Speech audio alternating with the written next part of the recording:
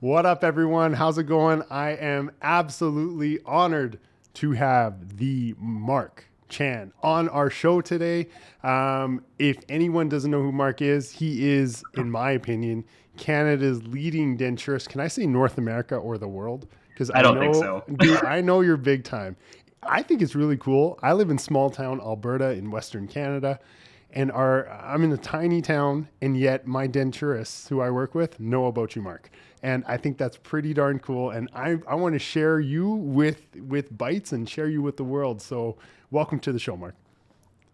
Thanks, Nekky, for having me. And I also want to say thank you, Jason at 416. I live really close to Jason's office, and I also work with Jason, so he's let me use his space because it's a space that he built for not just dental people, but for this, really. Yeah. And I just want to say thank you to Jason, pretty much Yeah. because it's amazing. I would not. I'd be sitting in my room right now and be look really bad if I didn't have Jason's space. So, Would you have like old school movie posters in the background? You just strike me as that kind of guy, like like an Indiana Jones poster in the background.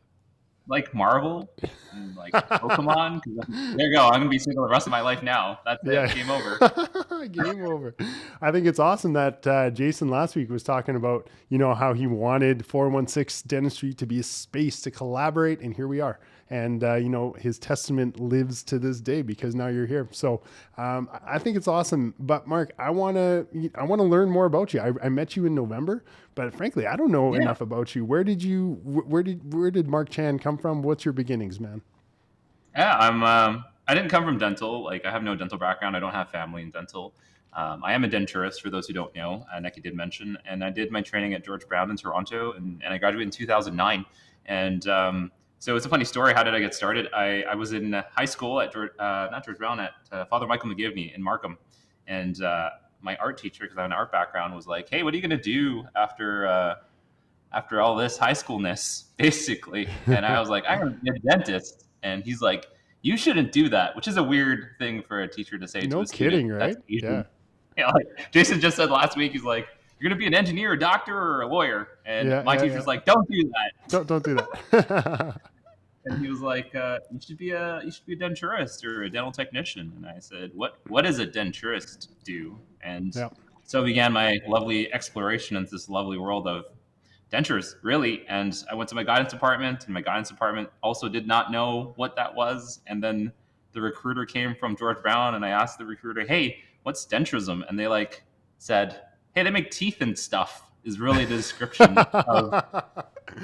Yeah, yeah, yeah. So I applied and didn't look back. 3 years later, I started. I didn't take a vacation like some people take a hiatus after high school and Yeah, college, and I just went yeah. straight into work into my profession. And here I am, 9 years later, still a denturist and still working. So I'm happy and But I'm glad. And I, I think that's awesome. I think there's a little bit more to that story because when I met you, I met the dude that could literally talk to anyone. And I think it's cool. You just pulled up a chair beside me and you're like, "Hey, Nekky," and you just went off. And I don't know, I yeah, feel like you're my new best friend. You know what I mean? Where did that come from? where'd that come from? I mean, from my friends that know me here, I was a really shy kid growing up in high school, and Yeah. I just really didn't know how to talk to people. I think, dentistry now that I have been in it for 9 years, and denturism is a part of dentistry. After all, we're not just denturists and we're not just dentists. I think we're a team. And I think, having the way to communicate with each other and mostly, communicating with your patients is a really important thing. And I knew that seeing my patients, one on one, and I couldn't be that shy kid anymore. And you really quickly learn, how to communicate with people. And yeah, that shy kid wasn't there anymore. And there are things in my life that you'll probably talk about later that I do that really help me in my social world.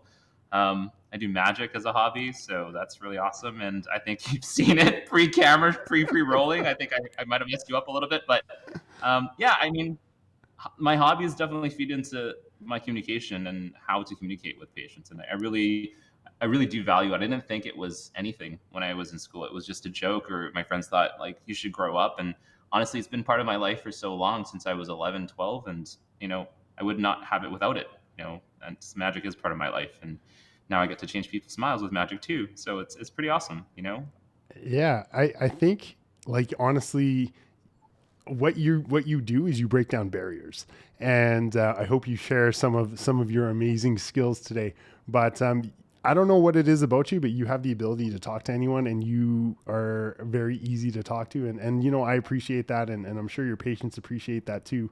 But you're not the typical denturist that, you know, I work No. with. I love my denturist. Don't get me wrong. And I have a massive respect for the denturism profession and all my denturists because that is a hard job. I thought dentistry was hard.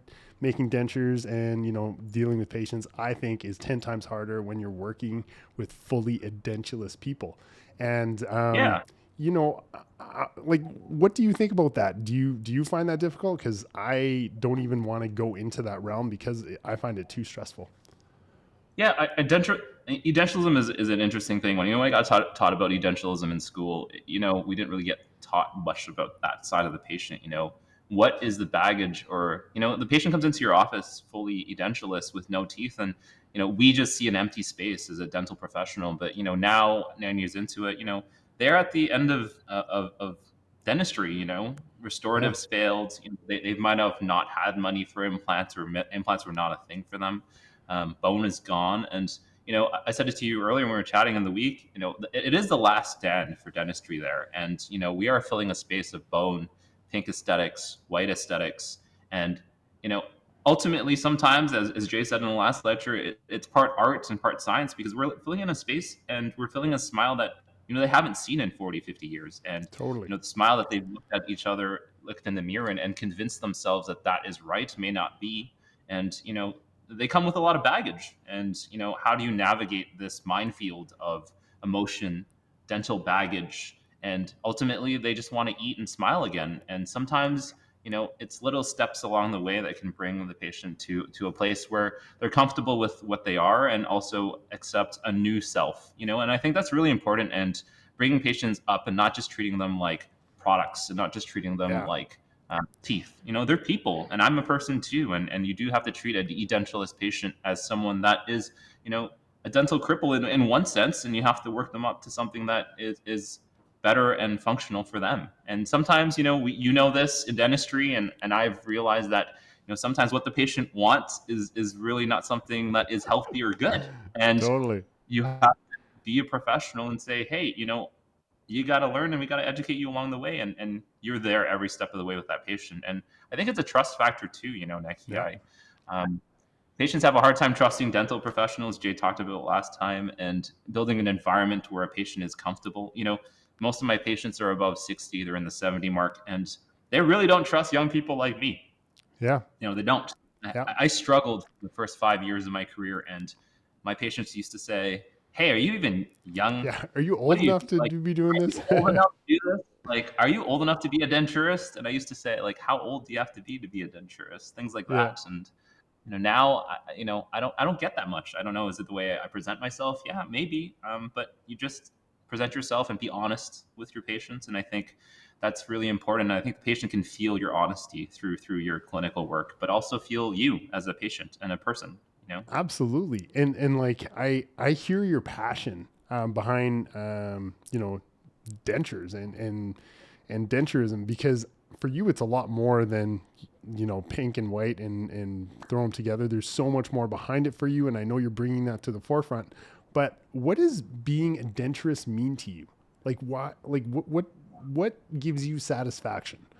And I've always been curious because, you know, as a dentist, for especially for me, every second I hit that furcation, I pop that tooth out, it's like instant gratification. You know what I mean? As a Yeah. as a denturist, though, you don't get that. What gives you satisfaction, and what does it mean to be a denturist? I know, it's a funny story that you say that. Denturism and making dentures is like it's a long game. It's definitely a It is long a game. long. And It's kind of like you ortho, know, hey? Like you don't get the result right away, I and mean, and yeah, but sometimes it's the only form of dentistry where the patient can remove your restoration and look at it. Really, like they can oh, I physically never take it thought of out and that. look at it. There is no other part of dentistry where ortho, teeth are straight or not. That's what the patient knows. But in dentures, the patient can take it out and look at it, and if they want to complain about something, they literally take it out and point to it and show you. And that's a Ooh, hard bullet to bite. Your ego is tested every day, and it's something that I learned. I don't post much on social media. Jay is a master at that, and yeah, when I first started my career, I I was always doing photos for like a Facebook post. And then I was like, my patients don't like my patients are in the older bracket where I'm not doing cosmetic dentistry. And, I have to realize that I have to try to get into the mind of what the patient wants. And it's so tough. I still struggle in my practice, in my daily practice today. And, we call it a practice because I'm still practicing and it's hard. And I, there is no right answer. It's a day-to-day practice. And, the satisfaction that I get is when you complete that journey and that patient comes back to you after 5 years for that reline and they don't go to anyone else. The best way I can That's describe right. denturism is that you go to a barber because you go to that barber because the barber knows you. And my patients come to me because they come to me because I'm Mark Chan, the denturist, and I'm the one making their teeth. But also, I'm Mark Chan, and I'm also, me. And that's the reason why they come to me as a denturist, not the other guy or the other 20 denturists in Toronto that are in our area.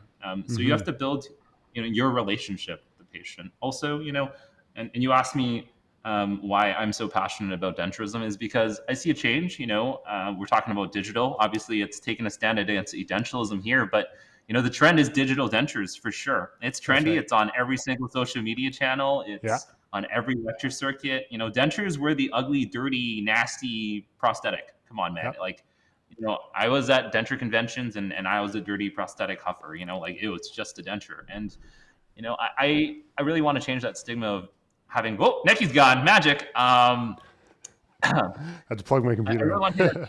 it's not just a denture. It is the workup for full mouth restoration. It is the workup. Mark Kwan is part of Bites and he's running Bites and he's an admin. Hey, Mark in the audience, and at the end of the line there is a workup, and I am part of the team, and I realized a denturist is part of the restorative team too. I didn't know where I was in the restorative cycle of dentistry, and now working with Jay and meeting young dentists and dental professionals out there, taking a bite reg and doing aesthetics and working up a case is a denturist job too, and we do bites every day. And I remember, I'm probably sure you remember in dental school, Yeah. bite block manipulation is not a fun time, man. It No, is, it's honestly just you saying it stresses me out because if you ask me to do it tomorrow, I'd throw my hands up in the air.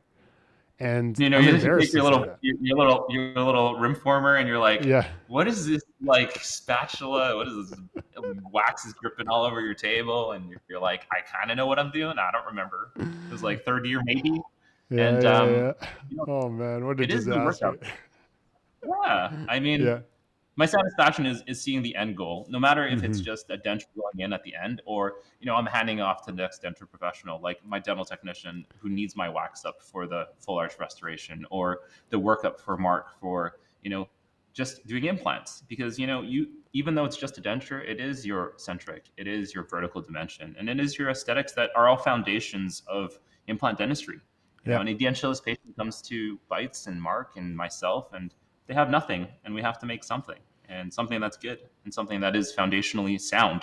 And dentistry foundations are muddled with digital, and I really feel like the younger generation of denturism. I just did a lecture for them and third years, and I saw myself in there. I didn't know anything in their Yeah. chair 8 years ago, and now they're at a break point. Analog or digital, and I told them, you have to have a foundation in both.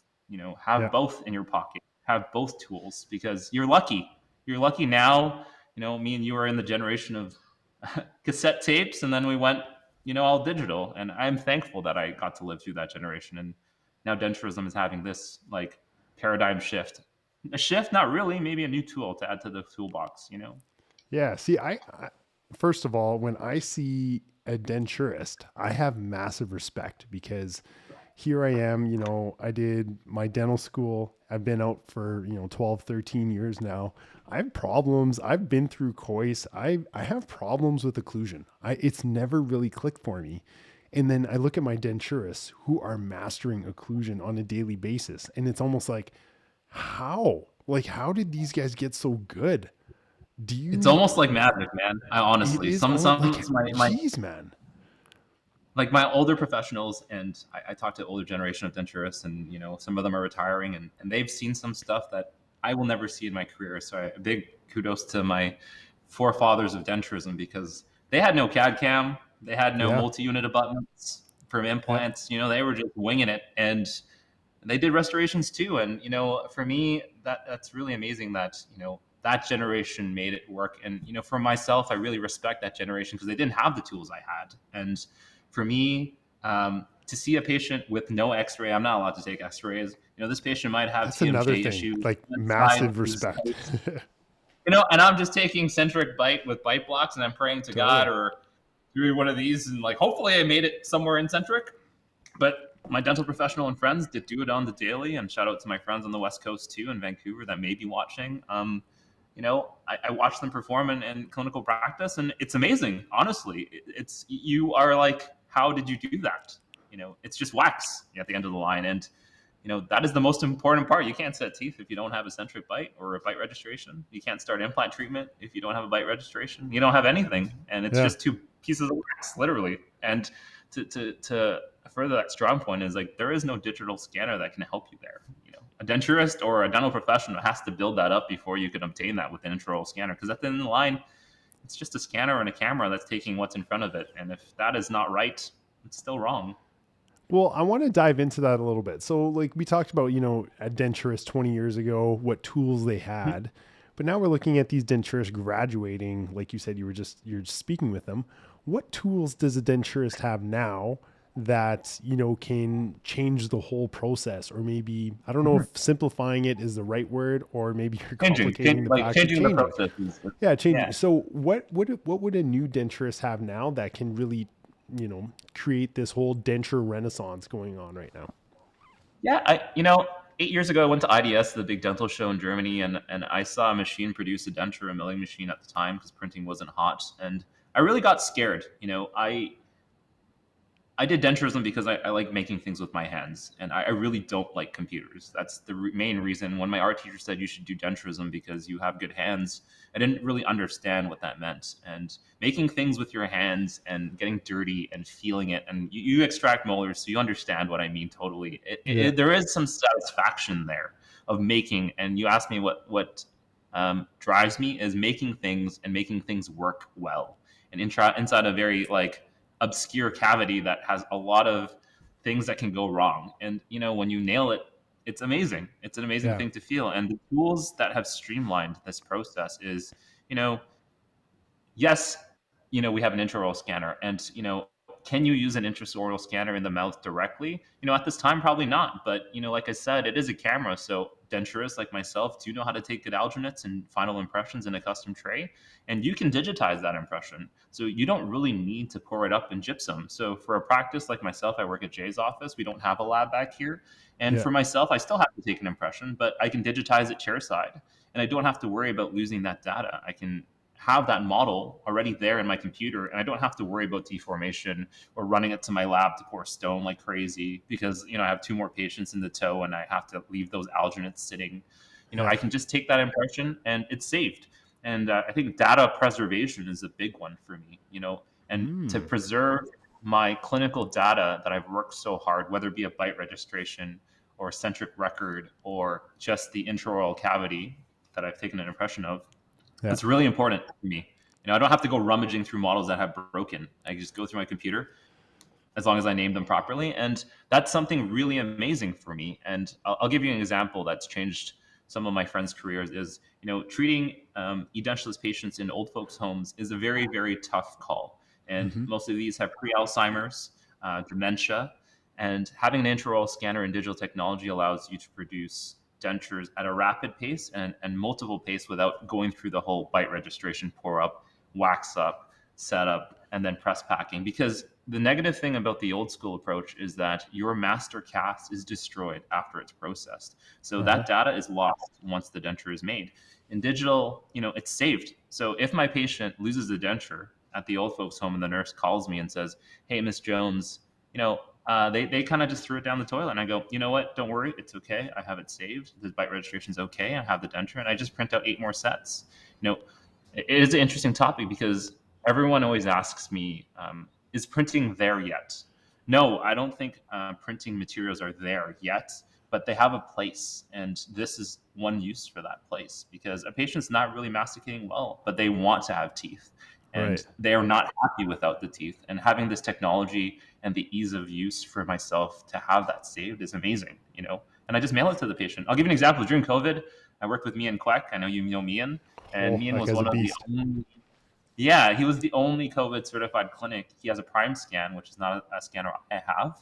Yeah, At the time, we were using 3Shape at my denture office, and we were able to do immediate dentures without seeing the patient. We sent the really. patient off to Mia.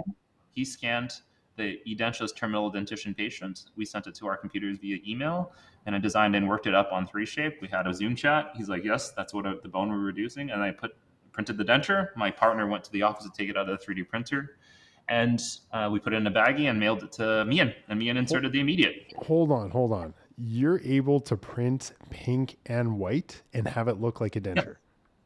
yeah, yeah. Since when? Actually, Is this since like what? Am I in the Stone Ages here? Like, I didn't know you could do that. Mark Bond just got his new Asiga printer. He's been doing it too. So for his like FP1s and stuff, his mock-ups are printed on the Asiga, which is my preferred printer, but that's not today or that topic. But my Oh, point that's is coming. that, yeah, That's coming. We got to talk about that. pink and white aesthetics are definitely here. It's just a strength. It's chemistry It's a right now. strength, It's eh? it's Yeah. materials haven't caught up yet, but the Yeah. ability to print white and pink is here. Yeah, it's Yeah. definitely something that I was shocked and fast within a small 3 year to 4 year span. Materials have. I'll give you an example. 8 years ago, we didn't have any denture based material in Canada. Health Canada approved is something I follow very closely, And that's where and I within thought a we were at still. I didn't know it was ever approved. no, man. And we Oh, have like man. over probably like 20 to 30 dental based materials in 3D printing that are intraoral compatible. Night guards being one of them. I don't know if you've ever inserted a printed night Yeah. guard, but yeah, that's one of the materials that's definitely caught the industry by storm because the analog product was discontinued, and all of a Really? sudden everyone was 3D printing night guards. So yeah, man, the industry drives the need, and when they discontinue a product, another one will take its place, and hopefully it's great. But dentistry is a hard environment, and the oral cavity is the true test of all these materials. Yeah, you can play with it in a lab, and you can do some abrasion tests, but ultimately, when that patient bites into that steak bone and snaps a denture in half, that is the ultimate test, and there is no lab in anywhere in the world that can have that guy crunch down on a steak. See, the coolest thing I got printed for me was by Mark Chan. And when I met Mark for dinner in November, he's like, dude, I wanted you to have a wisdom tooth model. And we were talking about anatomy. I don't even know how it came up. So he made me a model of someone's maxillary sinuses and where the infratemporal fossa would be. And it's super cool. And I'm like, how did you do this? He's like, It's a oh, funny I didn't story. have Like, time. It took me 5 minutes. well, I wish it took me 5 minutes. Not printing's not that fast. That case is from my friend in Montreal, and you asked me why I value digital so much and value this technology is the ability to dip into the knowledge of all my colleagues that have it too. My friend in Mm, Montreal had this case, and he did not know how to compile a DICOM, but I had the tools in my toolbox to help him, and he sent me the files, and I compiled it. Printed it on my printer, but actually I didn't print it on my printer. I just sent the file back to his printer, and he printed it for his doctor because the doctor wanted that model. And if anything, it's allowed me to meet dental professionals that I wouldn't normally have had the ability to meet and to communicate and also share my toolbox with other clinicians. And now, with this conversation, I get to share with someone from Lloyd, and one of my yeah. good friends is from Lloyd too. And I would have never dreamed that this is the conversation I would have had in my little bubble of denturism. And I'm just really glad that this has opened a conversation between dental professionals, both hygienists, GPs, specialists, and something that you asked me was, I really feel like communication between dental professionals has really established relationships. Hmm. Yeah. No, I And hear that. Before I dive into that, though, I got to take one step back. I'm so confused. And I really want to bring you back, Mark, so you can help because I can't be the only dentist out here. Where do we even start? I have a scanner.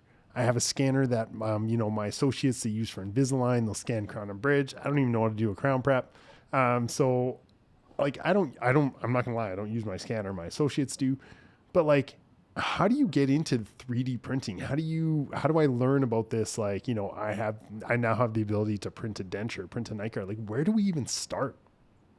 it's a good question. I started, and this is funny that we're chatting about this. I took a step back from my clinical practice about 3 years ago because, like I said, I saw technology that I didn't understand. And like I like making things with my hands, like I said. So I really wanted to understand what this stuff was from a core, not from a sales point and not from your rep. I really wanted to know like what does a printer do and how does it function? And I went back and my mentor and my ex boss was a dental lab, and I took 3 years hiatus, and I learned CAD CAM from scratch. That's milling, that's Really? printing, and I just dug deep, man. I went basically proverbially. I make this joke when people ask me like, "Hey, you're like a guru or whatever," and I'm like, "I'm just a print janitor, man. I just All make sure right. the printer runs, and I make sure it doesn't break, and I just make sure it's running well." And I joke about that, but when you're a janitor for a printer, you kind of need to know all the parts and all the pieces, and it's not as easy as our industry says it is. There is a whole process. And how do you get started? You have the first step. You have some way to digitize your work, and Yeah. the next step is, you know, what are you going to manufacture? Most of us as GPs, I'm not a GP, but I'm a denturist, will send manufacturing to their lab. And for the Yeah. first time, also, it's the first time to have an open conversation with your lab. When I talk to JJ, maybe you're watching, my godson, he's a dentist too. He asked me, I'm like, have you ever been to your lab, man? And he's like, nah, it's just some magical place where they make teeth and send it back to me in a box. Yeah. And I said, digital is interesting because now it allows you to communicate with your lab, but also for you as a GP, you can make things with your 3D printer. What does that mean? You can make aligners internally at your office without a lab. And I'm not saying cut out your lab. That's not a good way to put it. But there are things that you can make quickly internally Yeah. that might mitigate and help time, because shipping is a problem right now, especially during COVID. I think Oh, this. it's Shipping back ridiculous and right now. forth is not good. So Yeah. what can a dentist do with a 3D printer? Like a cheap, entry level 3D printer. Well, Jay does cosmetic dentistry. You can 3D Hmm. print your mock-ups, which Yeah. means you can do diagnostic wax ups and try them in the patient's mouth with a mock up transfer. That's one. Number two is you can use it for aligners or just a regular straight line aligner or bleaching trays. That's something that you will learn. I know some of the dental professionals out there is like, yeah, that's not a cheap way to do aligner, but we think of it like this: it's a learning process. It's Yeah. You learn how to make a model, why a model, and like if a model fails on your 3D printer, how do you then fix the fail? You know, and that's not something that our reps tell us, and that's not something that our No, it's sales not teams part of the tell us. sales And process. Yeah. and this is not something that you as an owner, if you're the practice owner, that is just going to delegate to your auxiliary staff. They don't even understand why you bought a printer, and how can you say that? So, what I tell dental professionals is start slow, start in bite-sized pieces. Don't buy all the pieces of your puzzle because you don't even know what the puzzle looks like yet. Yeah. You know, you don't even know what puzzle you're building yet. What are you making? And you It's need to just ask so those questions. confused. It's so confusing. Like I don't even know where to Yeah. start. You know what I mean? So I totally resonate with that, Mark. What I want to do is I want to have you back, and I want to have like one or two episodes dedicated to To getting printing. us dumb dentists who have the Oh, you scanner. guys are not dumb. Not dumb at No, all. but we're There's so we're a much. little we need to step forward because honestly, it sounds so scary. I just kind of close my eyes, and whenever I see those posts on 3D printing, I'm like, that's not for me. And I think that's a normal human reaction. Whenever we don't Yeah. understand anything, we almost like neglect it, and we'll say, "Yeah, we're not interested." It's because we don't I understand how to think do it. you need to make that jump, and I think Mark One is a proponent of that. You do need to make that Absolutely. jump and Yeah. push yourself out of the comfort zone. You become comfortable in dentistry, denturism included, and you become comfortable of doing something for 40 years or 30 years or 10 years or 9 years like myself, and you're like, you Yeah. know what, I really don't want to change. And then you make that change. You're like, why did I make this change? And there's this whole cycle of learning and change. And honestly, you kind of discover yourself as a clinician, and you're like, wow, I'm actually weak at some things and things that I need to maybe leverage technology to help me. Yeah. I'll give you an example of a colleague of mine, and I'm sharing the story. He wasn't the greatest at setting up teeth in school, Yeah. and digital came, and he knew the concepts and how to do it. And now with the software, it's leveraged that weakness, and it's given him a stepping stool to do good dentures now. And Yeah. to waxing up is not an easy way to do things. And you have the whole knowledge of other dental technicians in this software. And to answer your question is you got to make the jump. And Yeah. everyone keeps asking me, when do you make the jump? It's your practice, and you are the one to make that decision, but it's not leaving. I was shocked. I thought it was going to leave, and I thought it was just a fad. But now more and more, I would say on the West Coast, 75% of the denturists I know have milling machines. Yeah. same one that Mark Quant has, the PM7, and they're milling dentures on the daily, between 60 to 70 units a week. And that's Really? crazy, man. Yeah. Yep, yep. And Wow. it's an amazing thing. When those people started 3 years ago, everyone said, you're crazy. This won't work. And the naysayers are there, but they prove them wrong, and they are doing things that I look up to as a professional too. And you have to get started. You start slow, start small, and use the team around you. Talk to your lab. Yeah. Ask your lab how they're handling digital cases, and then say, "Hey, lab guy that I haven't talked to in 20 years, man, how are you handling these things? Because I'm lost. Are you lost too?" And Yeah. have an open conversation there. I think that's the most important, is have an open conversation with your dental professional team. Mark is an amazing digital dentistry professional, and Yeah. he's a resource as well. And he could have been comfortable too, and he's pushing still. And he's I way older than me, and he's pushing. He's way ahead of me. I like that what you were saying before, like this allows for an even broader ability to communicate with our, denturist dentist colleagues. I have a great relationship with my denturists. Like I probably talk to them every single day, and they probably make fun of me because break a buckle plate or something like that, and then it makes their denture hard. But how do you like to communicate with dentists and vice versa? Like, what can we do to build great relationships? How do we, dive into digital technology together? What things have you found to be successful, to improve that relationship? For example, like in your case, a denturist that you work with is quite analog, and 100%. an open conversation could be, "Hey, my denturist friend, I actually have an iTero scanner, and I think you have the iTero element. Yeah. It's not in use all the time in your practice, and you could offer your denturist, hey, I don't know much about making dentures. Is this a tool you could use?"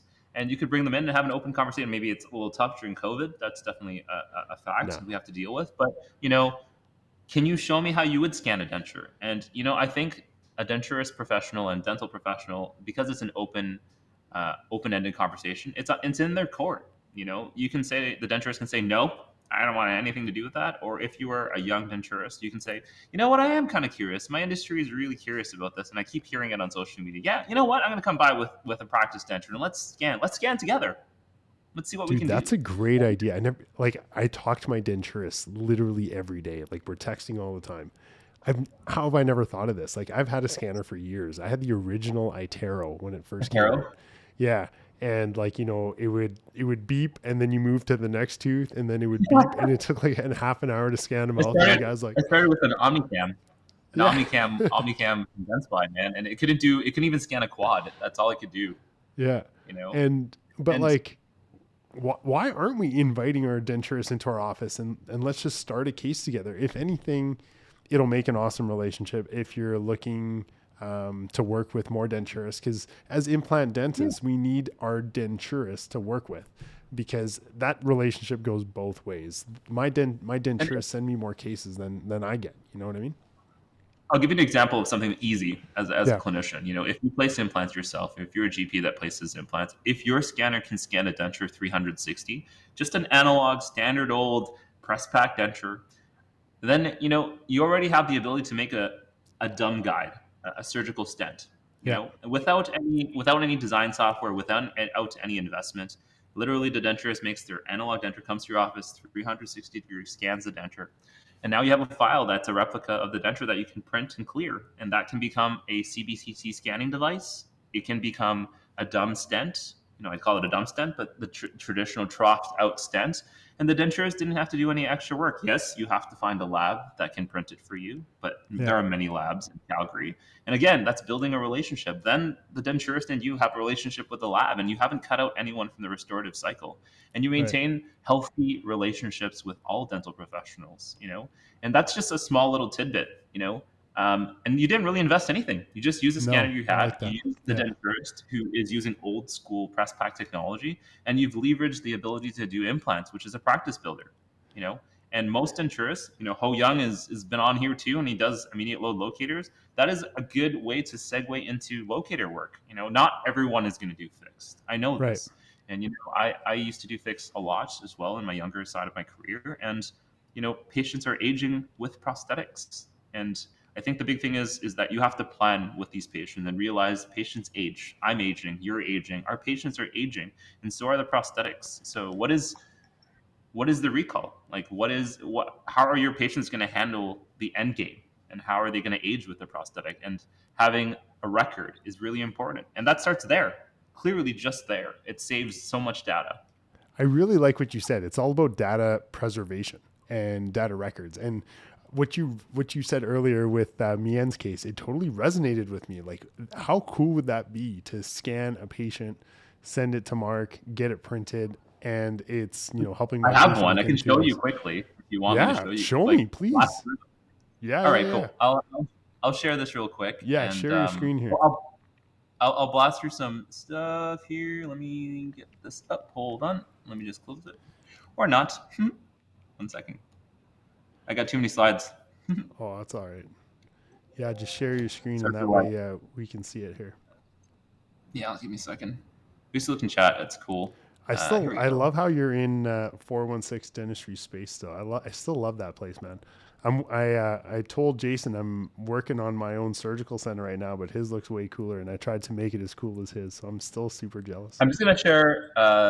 This is not gonna work, so we'll share this window just so you guys can see it. So Yeah. this is an example of what we can do. I don't have my slides because my PowerPoint's not working, but I'm just gonna show you an example of what a denturist can do with an intraoral scanner and something like an iTero element. This is just a traditional bite block. Okay. Yeah. Um, I did not scan this in the patient's mouth, but we have a couple of things here. We have the vertical dimension, which is the bite block there. And the lower denture is an obliterated ridge. I'm going to try to show that to you now. I hope I can. Maybe. Wow, a bunch of things are happening right now. Sorry. And so this is all from Medit, like from your scanner, hey? This is from Medit. So me and Jason have the Medit. I have the old one because I'm not as cool as Jason, obviously. Yeah, yeah, yeah. But here, so this is a lower obliterated ridge case. I think it's moving Right. now. And I just want to give you an example of having foundations in denture. So if you tried to scan this lower ridge with an intraoral scanner, no matter what intraoral scanner you use, Yeah. it's going to have a hard time. And the upper ridge was the bite block. And you know, a dentist or a dental professional might just look, it's just a bite block. And for myself, now I look at like that is the negative space of the patient's ridge. So without confusing everyone and losing everybody, I just flipped that data and it became my model. And the lower, I scanned the model that I took an alginate of chairside and the bite registration I Oh, had. so you just took So an impression and then scanned that and then put that in the and computer. exactly. Well, I actually poured it because it was Oh, obliterated because it was too much perio on those teeth. So I yeah. scanned it, and the only thing that I did clinically was I had the bite blocks attached, which was my bite reg. Yeah. And so now Really? I have the bite registration. I didn't pour upper model. I only poured the lower model, and I saved the bite reg. And now I'm going to try to share the screen. I hope it works. But if it doesn't work, it's okay. We'll do it next time. So That's not a problem. did you just scan the bite block in the mouth? I know I scanned it out of the mouth, actually. Oh, I'm gonna try to open this real yep. quick, or I'll just do it next time. But sorry, guys, there's a lot of windows, and I have a lot of software running on my computer, so I apologize. So if you're asking me what I need as a denturist, right now the preferred Yeah. software, if I'm looking, is for denture making right now because a lot of denturists have done their time and done a lot of R&D for the software. 3Shape is definitely my preferred software, and Okay. I feel like the reason why it's been the preferred software for denturists now is because many denturists have worked and done time with the software and worked out the bugs. It's been like 3-4 years, whereas the other soft CAD CAM softwares on the market seem to be lagging behind because they're just focused on crown and bridge, which is not bad. It's Yeah. not negative because we need to do those cases. But for me as a denturist right now, I have used ExoCAD and I have used 3Shape as well. And here we go. Let me try this. I hope this works. Can you see that? Can you see the denture? No, you No? just gotta share the screen. Oh, it's sharing. Oh, It's not working. Yes? yep. You're nope, nope, not gonna work. And now we lost his audio. What's going on, man? Mark, can you hear me? Your audio is off. Oh man. We lost your audio.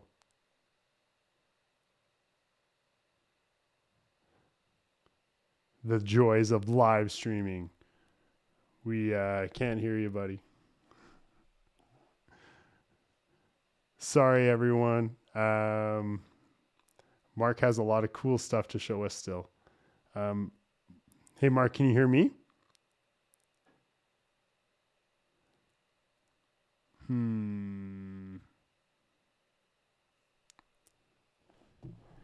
Sorry, everyone. I'll get you to just wait a sec. I'll text him and tell him to come back on.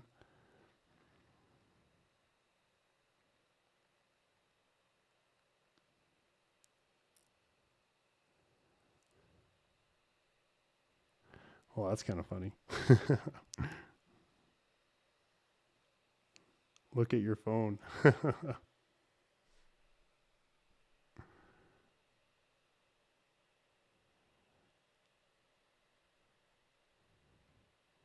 All right, so I'm gonna get Mark to log out, and he'll come back in here.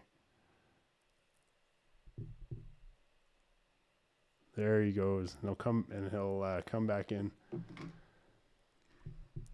For anyone that doesn't know, Mark is an amazing magician, and I cannot wait for him to show you all this stuff here.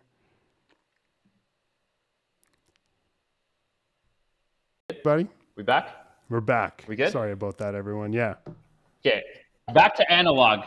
This is wireless mic situation. Not good. I'm going to use my headphones. So back to that. I'm just going to keep Yeah. my headphones on. We're good. So back to what we were saying is 3Shape is generally what I use because denturists are the ones that are using it. And if more people and more dental professionals of what we're doing prosthetically put more input, then the software gets better over time. And that's really interesting for me because, I have denturists in the Netherlands that are also inputting for 3Shape. And I'm not a 3Shape proponent. I don't work for 3Shape, but it is interesting that software gets better and learns over time. And this is the same for all dental professionals too. If you guys do dentistry, like Mark Kwan uses exocad, every version of the software gets better. Every version, every iteration, every version of Windows, every version of your iOS gets better. And as dentistry progresses, it is a self-learning progression, and the software is learning too. And it's really amazing that that's something that the history of dental technology gets passed on, and it doesn't die with your hands. It is left with the software. Well, I'm excited for you to teach me because I still have no idea half the stuff you're talking about. I'm not going to lie. When anyone says exocad, I automatically blank out. And so my lab guy, Michael Park at EvoCAD, man, that guy is a genius. Oh, he's from Toronto. He's from Toronto, Michael man. is amazing. Yeah, you know what the problem is working with him right now, though? I send all my stuff to Toronto. Pure Later says 1 day. Canada really says 2 weeks. And so all the cases are lost in shipping right now. But are you still taking impressions? Are you still taking impressions, Nekky? this is what I'm getting at. I should be scanning everything. He'd get everything so much faster, right? And so I think the same thing goes with dentures as well. When I see a patient, if they want immediates or if we're doing lower locators, there's often a month leeway because I'm waiting for my denturist to get the patient in, make the teeth, bring the patient back in, do records. And it takes so much time. So I'm hoping that we can really cut down a lot of time. Yeah. Something easy. If a patient walks into your office, and this is the easiest way I can explain digital today, right now, without losing anyone. Patient walks in, edentulous, upper and lower denture. Centric is okay. It's adequate, but definitely needs a refurb. You as a dental professional can take 2 reline impressions, upper and lower, and a centric bite with bite registration, and you have general aesthetics, midline, plane of occlusion. And now that denturist, if they have their scanner, they could use your iTero element, scan each arch outside of the mouth, so you don't have to worry about sticking a wand in a patient's mouth and hygiene. That's fine. So just scanning the impression. Just scanning the patient's reline denture, 360. Right. Yeah. And then you do a centric bite record, like a side bite, like as you would do with Invisalign. You'd side bite the denture outside of the mouth. So now you have a 360 upper, a 360 lower, and the bite registration. Essentially, that's an upper model, a lower model, and your bite registration, correct? Yeah. So now, if the denturist has software, the next appointment could be finished. It'd be done. Really? That fast, hey? Or if the centric isn't correct and the denturist makes the call, and like we said, it is a denturist professional opinion, they could do a try-in. And that's something you asked me why you would need a 3D printer as a denturist. Well, that's the point. There is no wax. I'm not doing wax setups. you have to have a way to try something in. And 3D printing ultimately is rapid prototyping. It is prototyping. So a try-in is a prototype. It's a test. It's let's just make sure everything's working before we make the final. And 3D printing is amazing for that topic. 3D printing is rapid prototyping, and I'm using rapid prototyping for dentistry. And that's the easiest way and the most streamlined layman way I can explain it. It's how do you road test before the final? So if you have a cosmetic case, let's just say 6 veneers, it is Yeah. quite possible to print the veneers before you do the final insertion so the patient can look in the mirror and say, hey, you know what? I don't like the shape of this tooth. That's all right. We Yeah. can just grind it, rescan it, send it to my lab, and Mike Park is going to make those veneers with that grind down incisal edge. Yeah. And Yeah. that allows the clinician not to waste time because the final manufacture wasn't made. I think you know this, Nekky. PFMs are crazy. You make a PFM, there's all this process, and then Yeah. you go to insert it and the centric's off, and you're Yeah. like, you're grinding with your diamond burr in the mouth and you blow through the PFM, and now Yeah. the dental technician's like, well, there's another $2,000 worth of gold, Yeah. Yeah. And I think the ability to test your work before Before it finishing goes in the is mouth. Yeah. something, yeah, is for me as a denturist, I think the most important part. I really hated wax ups. Like putting wax try-ins in a patient's mouth is one of the most nerve-wracking appointments of denture making because the patient can bite on it too hard, you Yeah. lose the centric. They can melt it. That's also a possibility in the summertime, and you'll lose your centric. And it is not easy for a patient to make a decision if they're okay with that denture at that point. Absolutely. It's 10 Because they're minutes. They have a to lot. make. They're in Well, the they're trying chair. to get Yeah, used to the thought of even going to dentures, or yeah. they've had a denture for 30 years and they're expecting you to match something that they've had. You know what I mean? And But in you can't five because everything's minutes, worn they got to down. look at. They have 5 minutes to look in the mirror and say, "Yes, I signed off on this denture, and that's what my Good job. smile is going to be." Yeah. Good, And I think for me now, the most amazing thing that I've had the ability to do is let my patients wear their trials for 2 to 3 weeks. And they go out with these trials, these printed trials, which are biocompatible and Health Canada approved now for the first time. And for the first time in my whole career, I can let the patient run with these prototypes for 2 to 3 weeks, and they can eat and they can try them and they can chew on that steak. And if they break the denture, we know there may be occlusion issues and there Yeah. may be pain issues in sore spots. And for me as a clinician, that's really important. And that allows me to road test and prototype and really test my clinical work if my clinical work is acceptable in the mouth. And that's not been possible up to this point. No, I think that's so cool. It's almost like magic. Kind of. Yeah. That was a weird segue. We're at the 47 mark. Dude, I first of all, I could talk to you forever. I learn a lot when I talk to you, even though we just joke around. I still learn a ton when I talk to you. But on top of being a badass denturist, on top of being a badass digital denturist, you have an incredible skill, like I was saying. And dude, I don't know how you do it, but you make instant friends. And this is what I wanted to start with at the beginning. But you break down barriers and you take people out of their shell so quickly by doing something that you've mastered. And I want I wouldn't people to say know about mastered. this, dude. In my opinion, Yeah. you've mastered. Um, All right. how did you get into this? Like, tell us about I this. mean, magic has been my dad when I was growing up did this really silly coin trick to me. I think it's the one that we all see when you see your uncle and he pulls it out of your ear. And I think every magician that has started in their career has that story of that weird uncle or dad that does that weird thing. And Yeah, I told my dad and my uncle, I'm like, I got taken to the local magic shop, which still here is here in Toronto. It's a brick and mortar magic shop. And I grew up there. I spent every weekend and all my paychecks at that place. And it's like my second family. And you asked me why I'm so passionate about magic and dentures and denturism is magic is one of the only interesting things that I found that parallels dentistry. When you do really good dentistry, when you do a really good central and you match that central, if a patient is looking at it, they can't tell which is real and which is fake. If you put a denture in a patient's mouth and you've done your job and you've really taken your time and you've matched their aesthetics and you've matched them, then you've matched not only prosthetically what they're good at, but also mentally and also from all aspects of their life. And that yeah, should just disappear in the patient. And magic is the only thing where if I've done my job correctly, you're not going to see anything. And it's a lifetime. And I will never be the best. And dentistry is forever going to be a practice for me and for all of us. And you ask me what drives me, it's the only thing that I've found in my life that is almost the same. Magic as a profession is not going to be a profession. Denturism is my profession, but it's going to be a lifelong practice. And denturism is going to be a lifelong practice for me too. And I don't think I'll be the best. And I just keep pushing. And I think, I joined Bites and I met you, Nekky, and you were so passionate about dentistry. And I met Jay, and you asked me about my bubble, and this has allowed me to meet young dental professionals, young and old actually, that are driven and passionate and are trying to push forward. And Canadian, Yeah. we're Canadian. Yeah. We are holding court on the world stage, and I'm so happy. And that's a weird segue because I'm going to do something. I did it for Nekky off camera. This is going to be weird. I hope this works. So awesome.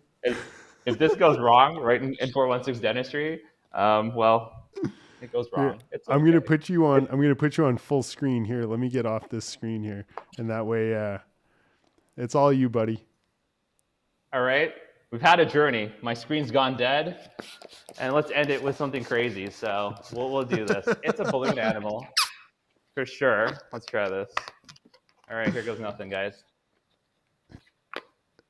Oh my god.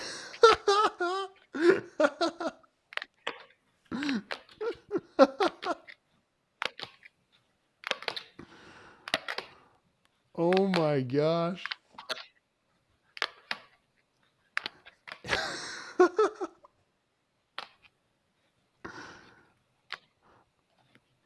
Oh my god. Which begs the question, where is the balloon? That's the question. So where is the balloon, Nekky? I don't know, buddy. Okay, we'll try this. I'm gonna stand up. I hope this works. I don't know if this works. It should be. Oh my. What? How are you doing that? That hurts.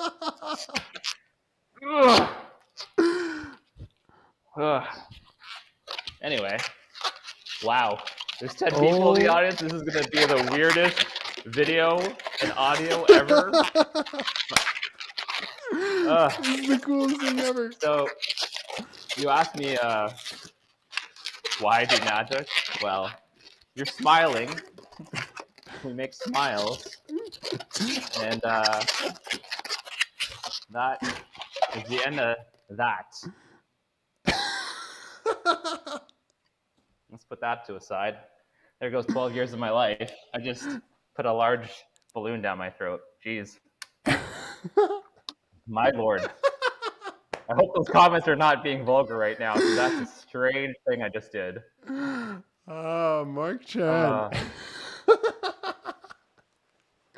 This is what I'm talking about. You break down barriers. It doesn't matter what walk of life you come from. You meet a guy like you and you instantly connect. And bro, I appreciate you. That was incredible. My head is hurting from laughing so much right now. Thank you so incredibly much for coming on the show. I cannot wait. I'll definitely come back and make sure my screen doesn't crash on me. And I'll definitely wear the headphones, because that seems to work really well. Oh, man. He pulls it out of his stomach. Oh, my God. Oh, boy. Oh, man, Mark, I love you, buddy. Buddy, it's been, like, I just want to say, Nekky, it's been an absolute pleasure, man. And I've never had someone come, and a total stranger, and just to have dinner with you, and like, as a person, it's been amazing. But not only is that, I mean, I haven't known you for long, and you haven't known me for long. We joked about samosas and food, and just the fact that your grandma's in Scarborough. I think, connecting on a personal level in dentistry is definitely something that's amazing. But, like, we're people. That's what we do, and our patients are people too. And I'll leave it at that. It's like, just keep pushing and be happy. I know, like, this is a really tough time for all of us, but I got to get you to smile and forget about everything that's going on for 2 seconds, but that's enough for me, man. And you ask me why I do it. That's why, just a smile. Yeah. Dude, I love your authenticity, and that ties in with Jay last week, is you guys are both authentic souls, and I appreciate you, man. Thank you so much for coming on. You're coming back on though, Thank you, so buddy. I'm I looking forward appreciate to it, it. buddy. Thank you. Thank you so much. We'll see you all next week for another episode, and it's going to be great. We'll see you later. Thank you again, Mark. Have a great day, guys.